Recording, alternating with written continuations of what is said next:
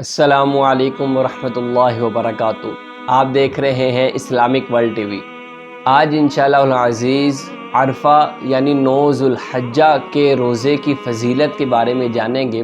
حضرت ابو قتادہ رضی اللہ تعالیٰ عنہ سے مروی حدیث مبارک میں یہ ارشاد نبوی بھی ہے، صیام یوم عرفہ احتسب علی اللہ ان یکفر السنۃ التی قبلہ والسنۃ التی بعدہ۔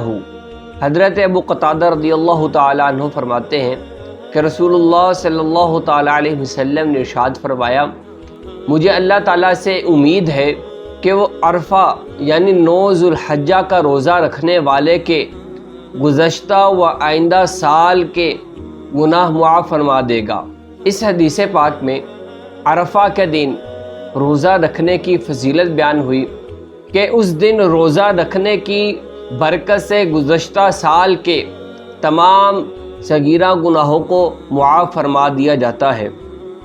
اگر صغائر نہ ہو یعنی صغیرہ گناہ نہ ہو تو کبیرہ گناہوں میں تخفیف یعنی کمی کر دی جاتی ہے اور آئندہ سال بندہ گناہوں سے محفوظ رہتا ہے۔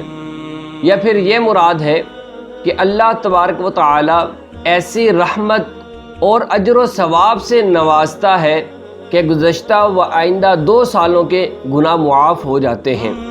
البتہ حاجیوں کے لیے عرفات میں روزہ رکھنا مکروہ تنزیہی ہے، اس لیے کہ نبی اکرم صلی اللہ تعالیٰ علیہ وسلم نے عرفہ کے دن عرفہ میں روزہ رکھنا منع فرمایا ہے۔